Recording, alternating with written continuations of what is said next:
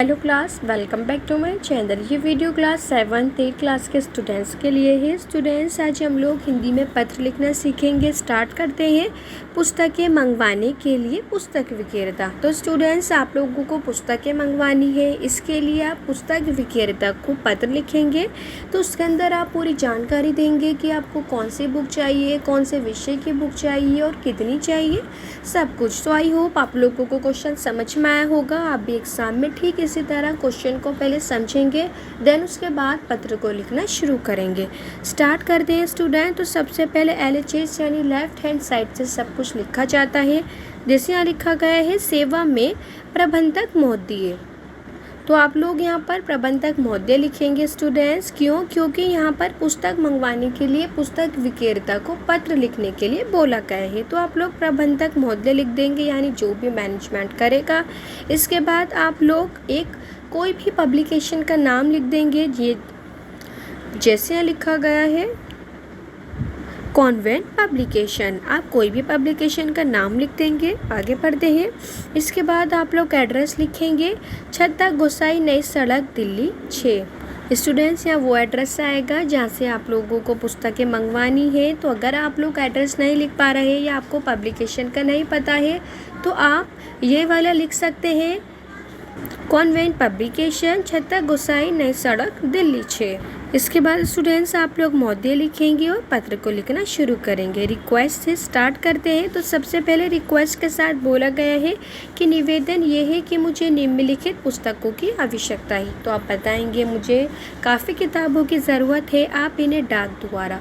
तो आप ये भी बताएंगे कि ना कौन सी विधि द्वारा आप लेना चाहेंगे। जिसमें यहाँ लिखा गया है, डाक द्वारा अतिशीघ्र, यानी जल्द से जल्द भिजवा दीजिए। मैं 1000 रुपये अग्रिम भेज रही हूँ, यानी आप कहेंगे मैं 1000 रुपये एडवांस पेमेंट दे रही हूँ। तो इसके अलावा बोला गया है कि जो पुस्तकें बुक्स हैं वो नई होनी चाहिए, साफ़ सुथरी होनी चाहिए, यानी वो फटी पुरानी नहीं होनी चाहिए।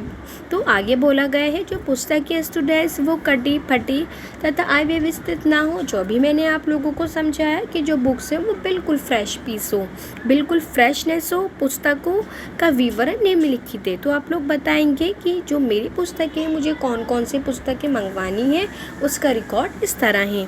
तो सबसे पहले आप लोग स्टूडेंट्स क्रम संख्या लिखेंगे। उसके बाद आप लोग पुस्तक का नाम लिखेंगे। उसके बाद आप लोग संख्या लिखेंगे। स्टूडेंट्स, बहुत ध्यान से सुनना है। तो क्रम संख्या में आप लोग लिखेंगे 1। उसके अंदर आप बुक का नाम लिखेंगे। जैसे यहाँ लिखा गया है कि आपको CP गाइड चाहिए संपूर्ण विषय यानी ऑल सब्जेक्ट की। आप क्लास भी लिखेंगे कि कौन सी क्लास की, क्लास 7 लिखा हुआ है। आप संख्या लिखेंगे कि आपको ऐसे 2 गाइड चाहिए।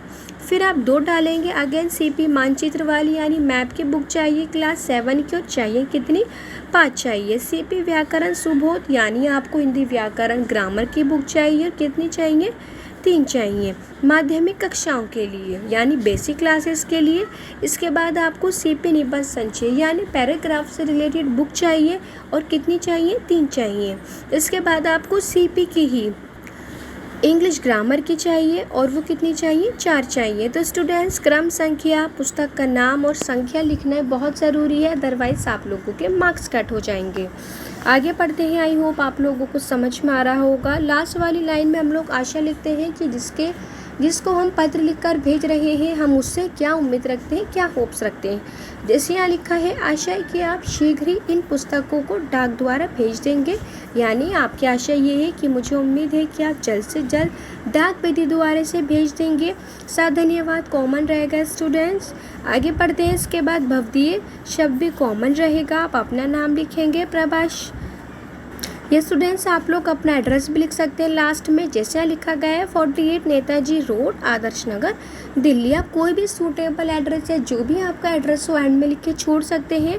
इसके बाद लास्ट में दिनांक यानी डेट डाली जाएगी। अब बहुत से बच्चे डेट गलत डालते हैं। स्टूडेंट्स, हमेशा याद रखनी है डेट आज की डलती है। जैसे आज 11 जून है, तो सबसे पहले मैं 11 लिखूँगी, उसके बाद मैं जून लिखूँगी। स्टूडेंट्स, महीने का नाम पूरा लिखा जाता है। अगर जुलाई चल रहा होता तो मैं जुलाई का महीने का पूरा नाम लिखती, क्योंकि जून चल रहा है इसलिए मैंने जून लिखा है। इसके बाद आप लोग वर्ष लिखेंगे, क्योंकि वर्ष 2023 है तो मैं 2023 लिख के छोड़ दूँगी। आई होप आप लोगों को दिनांक लिखने का तरीका आया होगा। स्टूडेंट्स पत्र होता है कंप्लीट। आई होप आप लोगों को समझ में आया होगा। Thanks for watching.